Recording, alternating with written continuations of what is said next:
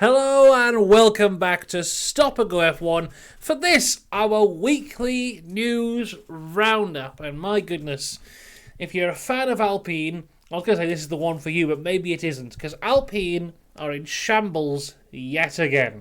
We'll get into all of this and more in the news video. It's mainly Alpine stuff, and then there's one news story about some tyres. So, tyre chat coming up as well.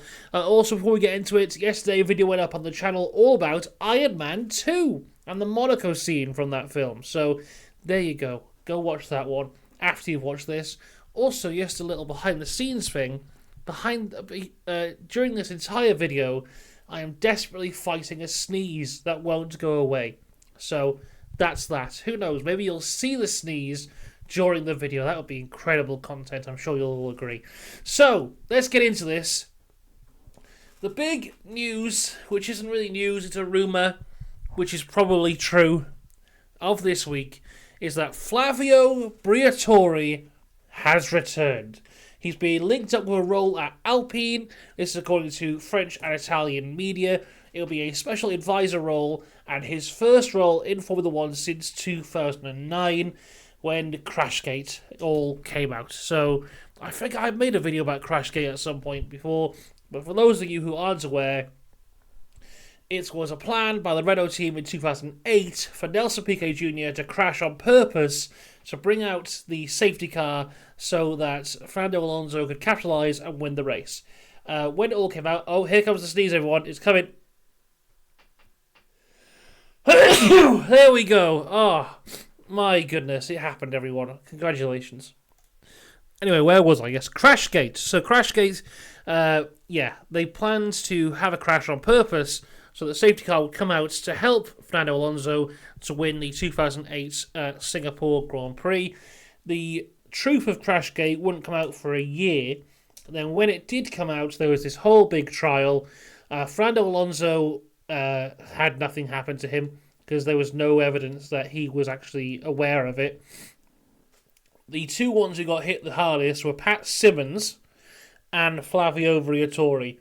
And Flavio Briatore was completely banned from Formula 1 for life. I think as well the ban extended to him even being on the grid. He just wasn't allowed anywhere near Formula 1. This eventually did get lifted, and he's been on the grid for quite some time now. He is also Fernando Alonso's manager still. But yeah, this would be his first official F1 role since he got banned. Just a bit more details on Flavio Briatore as I recover from my sneeze. His most famous roles within Formula 1, besides Crashgate, were the big team bosses for Benetton and for Renault. And he was highly involved in the early stages of the careers of Michael Schumacher and Fernando Alonso. He was the principal at Benetton when Schumacher won his first 2 world titles. He was the principal at Renault when Alonso won his first 2 world titles. As I said, he still is Alonso's manager, so there still is a connection there with him. I mean, he obviously has a great eye for talent. You know, if you are the guy who brought Michael Schumacher and Fernando Alonso into the world of Formula 1, then yes, you have a great eye for talent. I mean, they didn't bring him into the world, but he stole Schumacher away from Jordan, and he got Alonso away from Minardi, and then gave them positions where they could show how good they were for the first time. So yeah, I mean, he has got a great eye for talent. He also very much likes the idea of teams based around one driver, which Alpine currently isn't. But it looks like Ocon's on the way out, to be fair. So if he does come in, big changes. The other rumour associated with this rumour is that he wants to bring Adrian Newey to Alpine, which I think is a bit like bringing Kylian Mbappe to your pub's five-a-side football team. It's not going to happen, but it's nice to have dreams if you're Flavio Briatore. And the way it's going at Alpine, why not? Because, he'll probably get fired anyway in 6 months anyway, because that's what they do. But they're at rock bottom here. This team, as far as I'm aware, as far as my memory can go back, has never been worse than this. This is the worst they've ever been. So why not bring him back? Let's see Let's see what can happen. But, as one door opens, another door closes because Alpine have sacked their veterans operations director, Rob White. An Alpine spokesman said, as part of the team's wider operational restructure, we can confirm the departure of Rob White. The team is thankful for Rob's efforts during his long career at Enstone, where he led the championship-winning engine product in 2006 and 2005. We wish him the very best in his future endeavours. Rob has been working with the team for over 20 years. So, yeah, another long-serving member of this Renault team is now gone. And, it's a shame to see, but I don't know with Alpine on a minute, because I think the reason they're in this mess is they keep on firing people. They don't have people in positions of power for long periods of time to actually build upon something. They just keep on firing them all the time. But also, if this is the guy who's been here for 20 years and has led this team to be where it is now, maybe he should go. It's a really weird one where you think Alpine now, despite the fact that they got into this mess by firing everyone, maybe the best thing to do is fire everyone and start again and be like, right, here's a 5-year deal to all of you. Go and fix this bloody team because it's in a right mess at the minute. And if Flavio does come in, which I think he very likely is going to, I don't see that being a special advisor role for long. Because if Flavio is the same Flavio he's always been, he will want to be at the top of the tree, and that's where he will end up. Sticking with Alpine, though, Esteban Ocon. So there was much rumour around Esteban Ocon after the Monaco Grand Prix. Of course, he had that crash with Gasly on lap 1.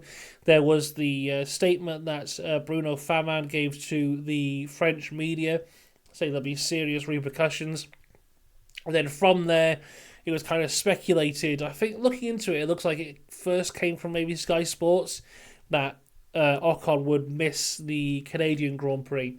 So Ocon last night put out a very, very lengthy statement.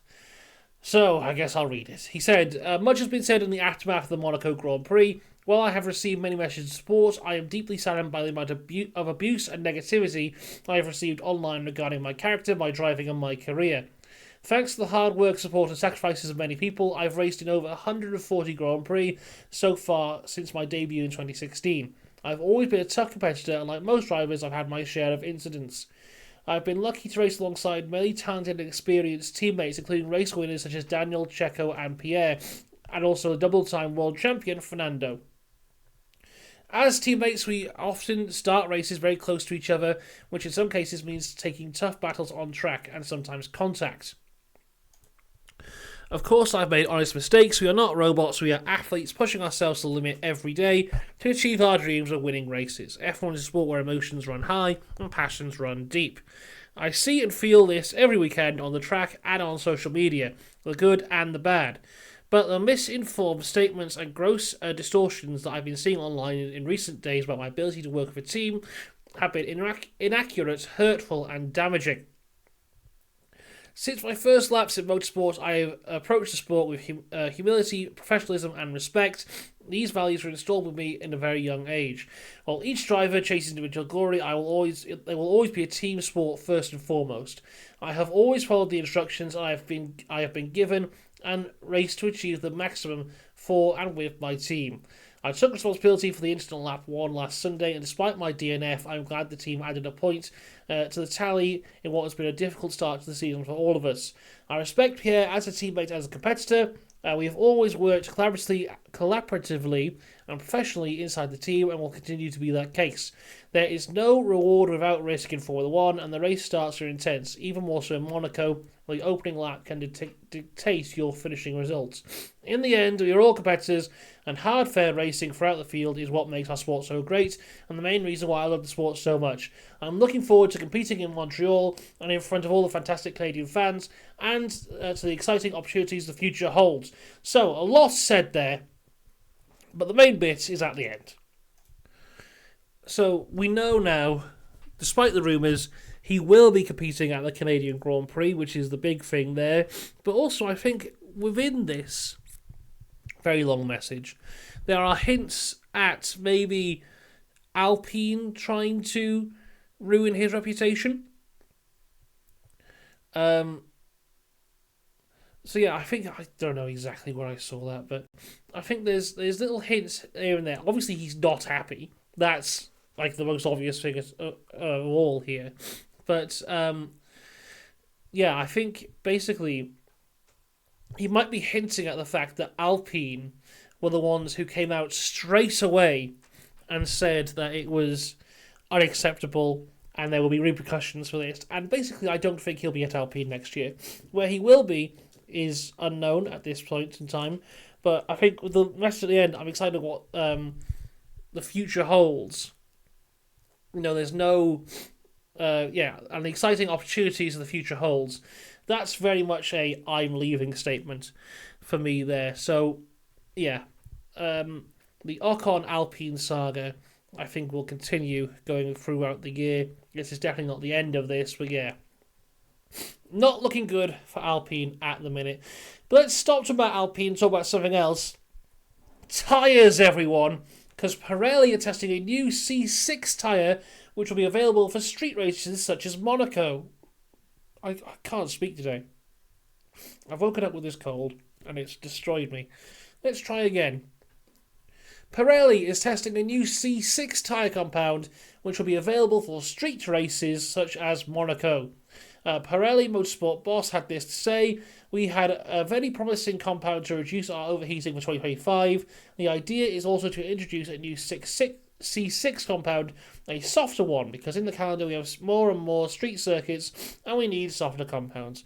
And personally, I think this is a great idea because we saw last weekend the tyres lasted too long. It destroyed any entertainment value in the race whatsoever. So the fact that they're actually doing something about it and coming out and saying this so soon after what happened, I think is a good response. There still is a whole thing that like the C5 is probably too hard as well. I think Pirelli should go back to those times in 2013 where all the tyres exploded all the time. That was fun for the viewers. But yeah, we're heading in the right direction, it seems, with Pirelli, maybe. But Pirelli's tyres have been crap for a long time. And I think, like I said, in 2013, I think it was Silverstone, when all those tyres blew up.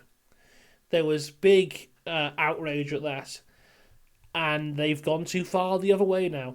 And they have been too far the other way for quite some time. We need to have a little middle point where it is, not too hard, not too soft, the Goldilocks tyre. It has to be just right, where you can't do an entire race on mediums, like we saw George Russell do. You shouldn't even be able to do an entire race on hards. It shouldn't be an option for the drivers to drive 6 seconds off the race pace and save tyres for the entire race and finish. That shouldn't be a thing, because that was the worst race I've ever seen in my entire life. So they're doing something about it, and hopefully this will help out. So there you go. That is the news video for today. I'm going to go take some hay fever tablets. Let me know what you think about all this, mostly the Alpine stuff, but also the new Monaco tyres as well. Until next time, have a good one. Oh my god, I need to sneeze again. Goodbye!